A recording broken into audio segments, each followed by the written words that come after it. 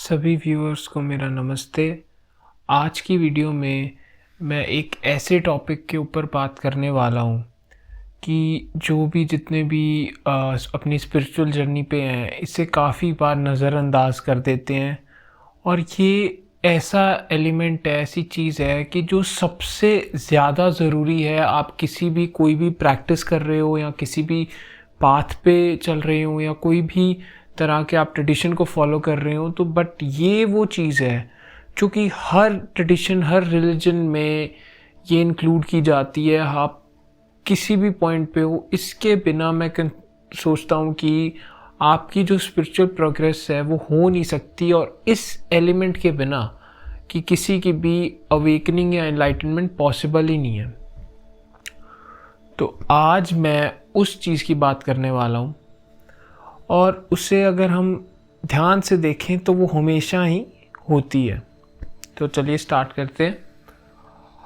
जिस चीज़ की मैं बात कर रहा हूँ उसे कहते हैं ग्रेस, या उसे अगर हम हिंदी या संस्कृत में कहते हैं उसे हम कृपा कहते हैं। ईश्वर की कृपा की ग्रेस है, उसकी कृपा से ये जो हमारा जो स्पिरिचुअल पाथ है, या हम उस जो अवेकनिंग है, जो जीवन का सत्य या मूल रूप है, उसे खोजने की कोशिश कर रहे हैं, ये उसकी कृपा से ही है। तो ग्रेस एक ऐसा एलिमेंट है कि आप किसी भी ट्रेडिशन के किसी भी पाथ को फॉलो कर रहे हो, उसके बिना आपकी प्रोग्रेस नहीं हो सकती। अगर मैं अपनी पर्सनल एग्जांपल शेयर करूं, तो मेरे जैसा था कि मैंने 2018 में, अब एक हिसाब से आप कह सकते हो कि मैंने अपनी जो स्पिरिचुअल जर्नी थी एक्चुअल में स्टार्ट की थी, क्योंकि उससे पहले मैंने कभी भी कोई उपनिषद नहीं पढ़े थे या कोई भी बुक्स नहीं पढ़ी थी किसी भी स्पिरिचुअल ऑथर की। और तभी से मेरा ये जो स्पिरिचुअलिटी या नॉन डुअलिटी के तरफ मेरा ये दिन ब दिन बढ़ता ही गया। मेरा जो पैशन था और मेरा जो इसके रिगार्डिंग सच जानने की जो इच्छा थी वो बढ़ती ही गई। और अगर मैं ध्यान से देखूं तो मैं अपना जो ग्रेस का जो एलिमेंट है उसे मैं एक हिसाब से कहता हूं कि 2018 में महर्षि रमन का मैंने एक आर्टिकल पढ़ा था ऑनलाइन, और वहीं से मतलब मेरी एक हिसाब से स्पिरिचुअल जर्नी जो मतलब कि मैंने अभी अपनी एडल्ट एज में स्टार्ट की।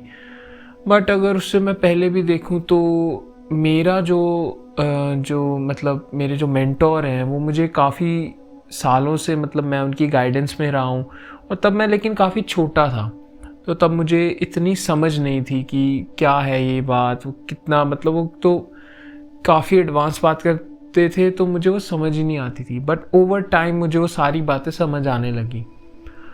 तो ग्रेस एक ऐसी चीज़ है कि जो इंसान काफ़ी टाइम ऐसा होता है कि हम उसे रिकग्नाइज नहीं कर पाते, और जब वो हो जाता है तब हमें काफ़ी बाद में, जिसे हम हाइंडसाइट कहते हैं, तब हमें रियलाइज़ होता है ये तो एक हिसाब से कृपा ही होगी। It's a blessing in disguise.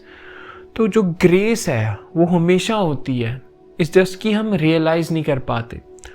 और इसका ज़रूरत इसलिए ज़रूरी है क्योंकि अगर आप कोई भी प्रैक्टिस कर रहे हो, आप चाहे विटनेसिंग कर रहे हो, चाहे नेति का पाथ फॉलो कर रहे हो, या कोई और ट्रेडिशन फॉलो कर रहे हो, या डायरेक्ट अप्रोच पे भी हो, बट ग्रेस एक ऐसा एलिमेंट है जो कि फाइनल जो सरेंडर होगा आपका, आप किसी भी पाथ से जाएं। अगर सिर्फ प्रैक्टिसेस से होता तो अवेकनिंग हो जाती, हर किसी की हो जाती, बट नहीं, ये ग्रेस ही है जो आपकी जो फाइनल अवेकनिंग है या रियलाइजेशन जिसे मैं कह दूं, वो उसके कारण ही होती है। और अगर आप ध्यान देंगे, अगर आप उसकी जो ईश्वर की अगर हम बात करें, जो कॉन्शियसनेस की जो सुप्रीम कमांड है, आप उसे रियलाइज़ करेंगे, उसकी ग्रेस को रियलाइज़ करेंगे, तो आपका जो फाइनल जो डिस्टेंस रह जाता है ना, कि एक टाइम आप नथिंगनेस पे आ गए हैं और उसके बाद बिल्कुल जो इन्फिनिटी पे जंप लगानी है, वो जो डिस्टेंस है वो हम नहीं कर सकते। वो डिस्टेंस हमेशा ग्रेस से, ईश्वर की कृपा से ही वो पूरा होता है। इर्रिस्पेक्टिव कि आप कौन से पाथ से जा रहे हैं, कोई फ़र्क नहीं पड़ता। आप भक्ति के मार्ग पे हैं, आप ज्ञान के मार्ग पे हैं, कर्म योग पे, किसी भी मार्ग पे, फाइनल जो होता है वो हमेशा ग्रेस का ही एलिमेंट कहा जाता है। और अगर हम आगे बात करें, क्योंकि काफ़ी बार ऐसा होता है कि मैंने कई लोगों से बात की है जो अपनी स्पिरिचुअल जर्नी पे हैं, और वो कहते हैं कि हम इतने टाइम से विटनेसिंग कर रहे हैं, मैं इतना प्रैक्टिसेस कर रहा हूँ दिन रात, इतने डिसिप्लिन से मैं कोशिश कर रहा हूँ, वेदांता के टेक्स्ट पढ़ रहा हूँ, बट बात नहीं बन रही। वो इसीलिए नहीं बन रही क्योंकि वो बिल्कुल ही एक हिसाब से मैकेनिकल वे में चल रहे हैं। वो सोच रहे हैं कि कोई ऐसे जो चीज़ें हैं, मैं ये करूँगा तो मुझे मोक्ष मिल जाएगा, मुझे मुक्ति मिल जाएगी। ऐसा नहीं है। जो सबसे ज़रूरी चीज़ आती है ग्रेस, और ग्रेस होती भी किसमें, जिसमें वो इच्छा है, अवेकनिंग या एनलाइटनमेंट की नहीं, जिसमें वो इच्छा है सत्य को जानने की, या फिर जिसमें वो इच्छा है ईश्वर को पाने की। जो चाहता है ईश्वर में ही डिसॉल्व हो जाना, उसमें मिल जाना, वही मुक्ति या मोक्ष को प्राप्त कर सकता है। अगर किसी ने कोई ऐसा सोच लिया है कि मुझे एनलाइटनमेंट अटेन करनी है, मुझे अवेकन्ड होना है, तो ये सिर्फ सोचने से तो मैनिफेस्ट नहीं हो जाएगा।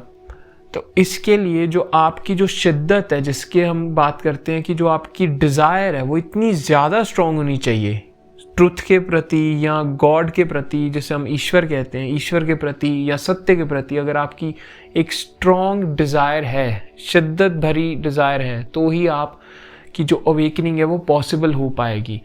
और जब ये डिज़ायर सच में बहुत ज़्यादा स्ट्रॉन्ग हो जाएगी, तब जो ग्रेस है वो अपना एक्ट करना शुरू कर देती है। तो जब आप सच में पूरी डिज़ायर के साथ सत्य या ईश्वर को पाना चाहते हैं, तो फिर जो सुप्रीम सेल्फ है, सुप्रीम कॉन्शियसनेस या ईश्वर है, वो आपको गाइड करना शुरू कर देता है। आपका जो सुप्रीम गाइड है वो कहीं बाहर नहीं बैठा है, वो आपका आत्मन, आपकी सेल्फ खुद है। तो अगर आप सच में अवेकनिंग या एनलाइटमेंट होना चाहते हैं, रियलाइजेशन करना चाहते हैं इस लाइफ में, तो मैं ये कहूँगा कि आप जो उसकी डिज़ायर है ना, सत्य के प्रति या ईश्वर के प्रति, उसे गहरा करो, प्यार को बढ़ाओ, प्रेम बढ़ाओ, ईश्वर के प्रति प्रेम बढ़ाओ या सत्य के प्रति प्रेम बढ़ाओ, और वो इतना बढ़ जाए कि आप रह ना पाओ। तो फिर जो कॉन्शियसनेस की जो ग्रेस की ग्रेविटी होगी, वो खुद बाय खुद ही आपको खींच लेगी उस तरफ। वहाँ पे फिर बात आती है एफर्टलेस पाथ की, जो कि जैसे मेरा पाथ रहा है। तो अगर आप इस सब चीज़ों को प्रैक्टिसेस, ठीक है, आप करते रहो, जो भी आप कर रहे हो ठीक है, मेडिटेशन कर रहे हो, विटनेसिंग कर रहे हो, नेति का पाठ कर रहे हो, डायरेक्ट अप्रोच है, योगिक एक्सरसाइजेस कर रहे हो, सब ठीक है। बट अगर आप इस चीज़ को एक थोड़ा सा एलिमेंट को जोड़ोगे और ध्यान इस पे ज़रा फोकस, या फिर इस चीज़ पे आप थोड़ा ध्यान देना शुरू करोगे कि ये भी हो रहा है, तो फिर जो आपका जो आगे की जर्नी है वो बहुत ईजी हो जाती है। क्योंकि ये आपका सबसे डिफ़िकल्ट टेस्ट होता है एक हिसाब से, कि आप चाहत कितनी। अगर हम गौतम बुद्ध की जर्नी देखें, जब वो बुद्धा बने, तो उन्होंने बहुत सारी प्रैक्टिसेस की, बहुत सारी टेक्निक्स यूज़ की, बहुत सारे गुरु ऐसे जितने भी तबके थे उनके जो मेंटोर्स उन्हें मिले, बट हो नहीं पा रहा था क्योंकि वो चाहत बन नहीं पा रही थी अंत में। तो जब बुद्ध ने अंत में वो चाहत के साथ संपूर्ण समर्पण किया, सरेंडर किया, तब वो उनकी जो अवेकनिंग है, रियलाइजेशन है, तब हुई। लेकिन बुद्ध के पाथ में एक ज़रूर था कि उनके प्रैक्टिसेस सारी की, बट चाहत बहुत थी, इसीलिए हो पाया। तो सिर्फ अगर आप बिना चाहत के, बिना डिज़ायर के अगर आप ये करते रहेंगे प्रैक्टिसेस, तो मैं सच कहूँ तो आपको इतना जो कर रहे हो, इतनी मेहनत, वो नहीं फल उसका मिलेगा आपको, जब तक वो डिज़ायर नहीं। और एक बार वो डिज़ायर जाग गई, जब वो इच्छा जाग गई शिद्दत के साथ, उसके बाद फिर कोई एक्स्ट्रा प्रैक्टिस की ज़रूरत नहीं पड़ेगी, कोई गाइड की ज़रूरत नहीं पड़ेगी, क्योंकि जो सेल्फ होगी वो खुद ब खुद आपको गाइड करना शुरू कर देगी। तो आज की वीडियो में मैं इतना ही मेन समझाना चाहता था, ग्रेस का पॉइंट। और अगर आप ये समझ गए हैं या आपको लगता है कि आपको इस पर ध्यान देने की ज़रूरत है, तो मैं यही कहूँगा कि आप प्लीज़ इस पॉइंट को ज़रूर ध्यान में रखें, क्योंकि प्रैक्टिसेस अपनी जगह हैं और ईश्वर की कृपा सबसे ज़्यादा सुप्रीम है। इसी के साथ आज की मैं ये वीडियो ख़त्म करता हूँ। आने वाली वीडियोस में मैं काफ़ी सारे और टॉपिक्स के ऊपर बात करूँगा। धन्यवाद।